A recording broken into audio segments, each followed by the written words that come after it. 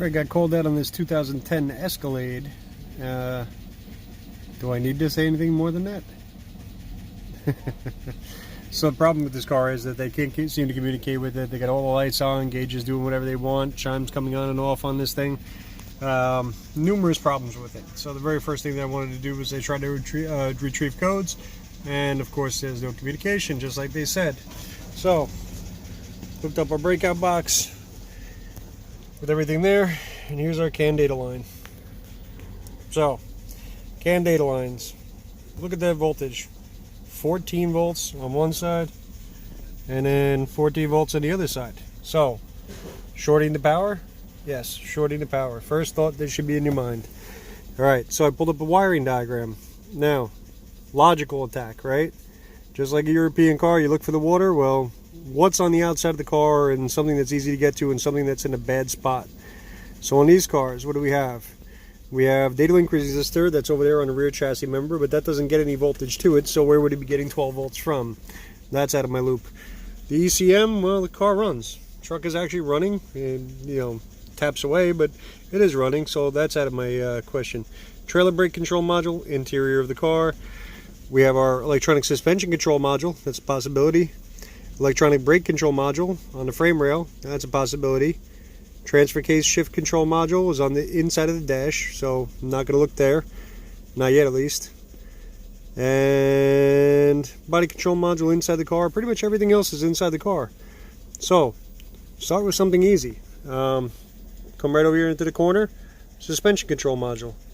Now, from experience, I know where those things sit. They sit up above that spare tire, up on a bracket where everything always rots away, and the spare tire carrier that doesn't work anymore, and Eric isn't the only one with some rust. We do get it. So that's probably one of the first things I wanted to do. So I pulled a wiring diagram, and I might as well do it now with you. And go back to wiring diagrams. And if I come in here, we'll look up our suspension.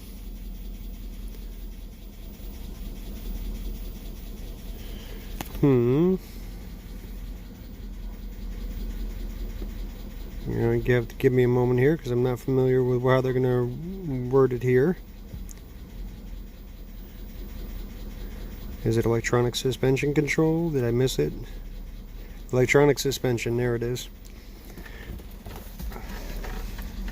I gotta stop trying to do the videos behind the viewfinder. Not very good at it. So, clearly this module gets power and it's outside the car. ESC, ALC, exhaust fuse. Looks like it's the hot at all times power that comes in. Well, that's something that we didn't check yet, right? So, turn this thing off. Take the key out of the ignition so we don't hear the chime. Does it stay at 12 volts? We'll give it a moment for everything to power down. And this is all about direction on this car. So, there we are. We're starting to lose the communication. But as you can see, though, we're still up near 12 volts, right? So, would I want to remove anything at all that says hot and run or start, or hot, or this one here possibly that says hot at all times, it goes through a relay? No. I'm going to shoot right up here for ESC, ALC, exhaust fuse, and that's what we'll do. Pliers here, fuse number here, pull it out. And immediately we drop right back down. So take this, start the truck up.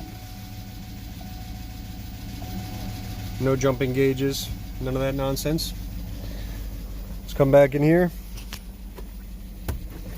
I'll try to put it in a better spot there to get rid of some of that glare for you. And hit the X button, I believe. Yep. Go into read DTCs, and I had them all selected before. Nothing at all was communicating, it just said not scanned. It's going to build a controller list.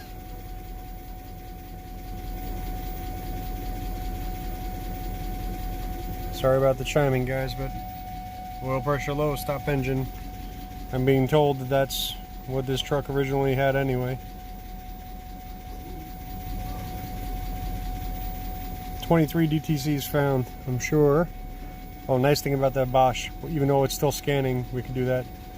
So looks like everybody was setting a code, knock sensor codes, but I see a lot of U codes in there, all communication related.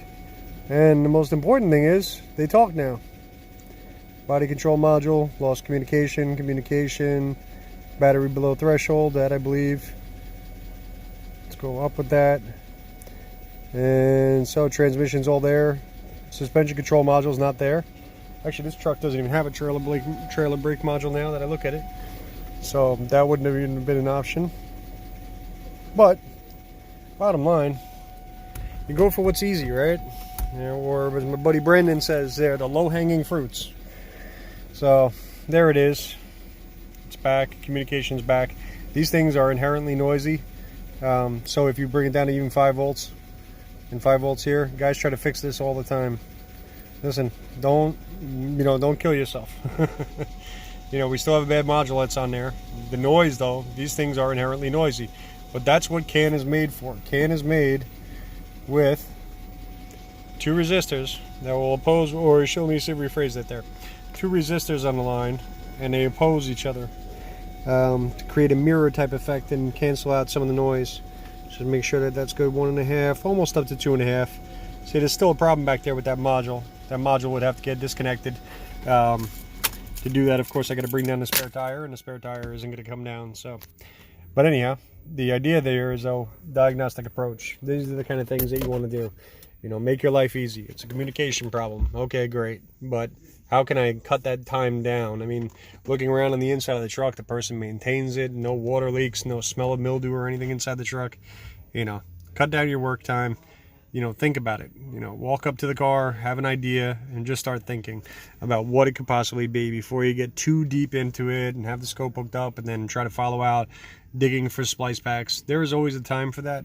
In something like this here, you're shorted the voltage. Think about it. Take away the voltage to whatever module you think might be the one that is, most susceptible to having, a problem with it, either by corrosion, water intrusion, those type of things. Even harness-wise, even if a harness could possibly be shorted. I didn't think it was going to be harness shorted here because I still had some activity, and it was bringing it from 0 to from 12 down to almost down to 0. So, harness, if that was the case there, I would expect to see something that if it was grounded, it would get stuck at ground. But anyhow, that's it. Just bringing it to you. Have a good day.